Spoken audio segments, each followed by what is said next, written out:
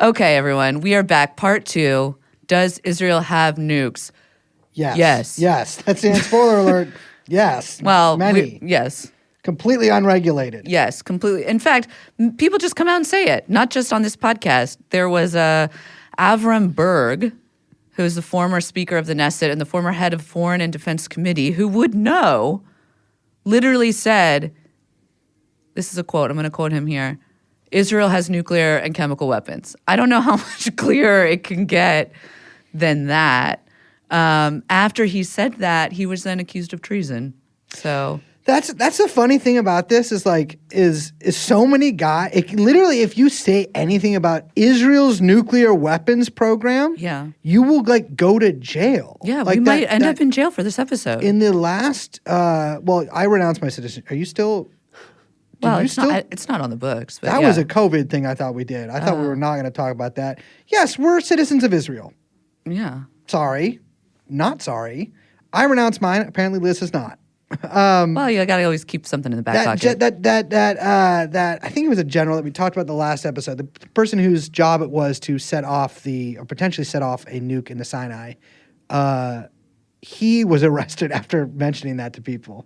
And stripped of all his ranks, and I think he went to jail for a little while and then fled to Midtown Manhattan. Yeah, and that's because, just to repeat something that you heard if you listened to the first episode, but I'm just going to repeat it again, Israel has the official policy of what they call nuclear ambiguity, which is we don't confirm or deny. They're sort of they're fluid. Well, they're funny. Nuclear fluid. Their main line is this, and I got to tell you, it's a really good line. And there was also a lot of behind-the-scenes arguments about the exact phrasing of it. Israel will not be the first to introduce nuclear weapons into the Middle East. Now, there was a lot of internal debate over the word introduce and nuclear weapons as well. But that's basically their line. Israel will not be the first to introduce nuclear weapons into the Middle East. Yeah. So they basically say, it's kind of like don't ask, don't tell. Yeah. That's also been sort of official U.S. or unofficial U.S. policy. During Obama's presidency, he was asked directly about whether or not Israel had nukes in 2009, and he just literally said, here's this quote, let me see if I can do Obama. I always forget how. Let me be clear. Wait. Let me be clear. I don't want to speculate. That's what he said. I don't want to speculate. That's a really good Obama pronunciation of speculate. Thank you. But what a kind of fucking question is that if someone's like, hey, does Israel have nukes, Mr. President? And he says, I don't want to speculate. Well, don't speculate. Tell me. What is it? It's not their sexuality. They're not know what that is. Specific how many nukes they have. We know they have nukes. Say yes. Say yes. Or do you think that those nukes should be in the closet too, Mr. Obama?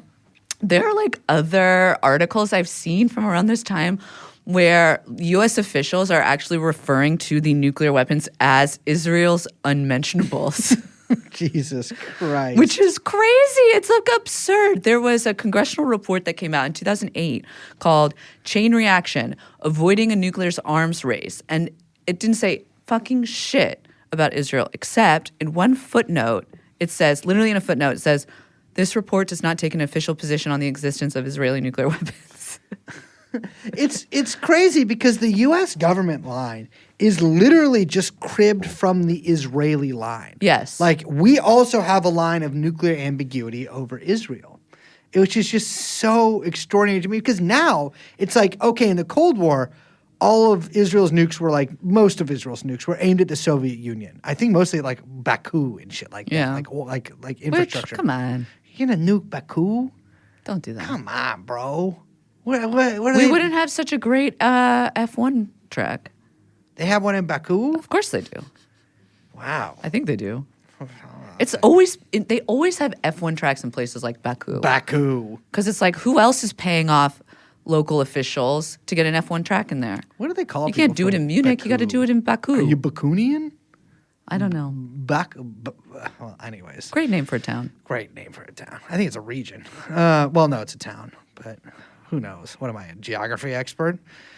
But yeah, we have this during the Cold War, their nukes were aimed at the Soviet Union. Okay, Well, now who are their nukes aimed at? I guess probably all at Iran. Yeah, probably. Yeah, probably just 100% at Iran. That makes sense. And Maybe Lebanon. What? Yeah, probably Lebanon. I mean, I will say this, and this will completely undercut everything I've said in this episode and last episode. Interesting. Because this is a completely 100% totally unfounded conspiracy theory. I love it when that you I do believe that. in. Dip into it. Get part of me- weird. Part of me That's is always like, my role. Well, I'm not even gonna get that weird because I don't know enough about it. It's a gut feeling, and I don't usually like to talk about this on the podcast because it make you sound kind of crazy. I realize I have nothing to back this up, but part of me believes that explosion of the docks, Really? not a nuke. I don't think it was a nuke, but I'm like, I kind Do you of think there was something fishy going on? I think part of me kind of thinks Israel did it. Oh, interesting. That was a crazy ass People explosion. did think that was a nuke. I knew it wasn't a nuke. No, but it was a big old explosion. That thing was fucking insane. And everyone was like, yeah, this just happened because of weapons cache that was being stored in this place. And I was Well, like, it was that's like- a bit bigger than a Their weapons whole cache. thing. No, they said it was fireworks, and then That it was did not just, look like fireworks. Rotting. I'm just like, something went on there. Yeah, that was pretty big. Something went on there. I support you in that take. Thanks. Let's get weird. I'm not even trying to hedge too much on it. I just literally don't know how. It just is a gut feeling. Yeah.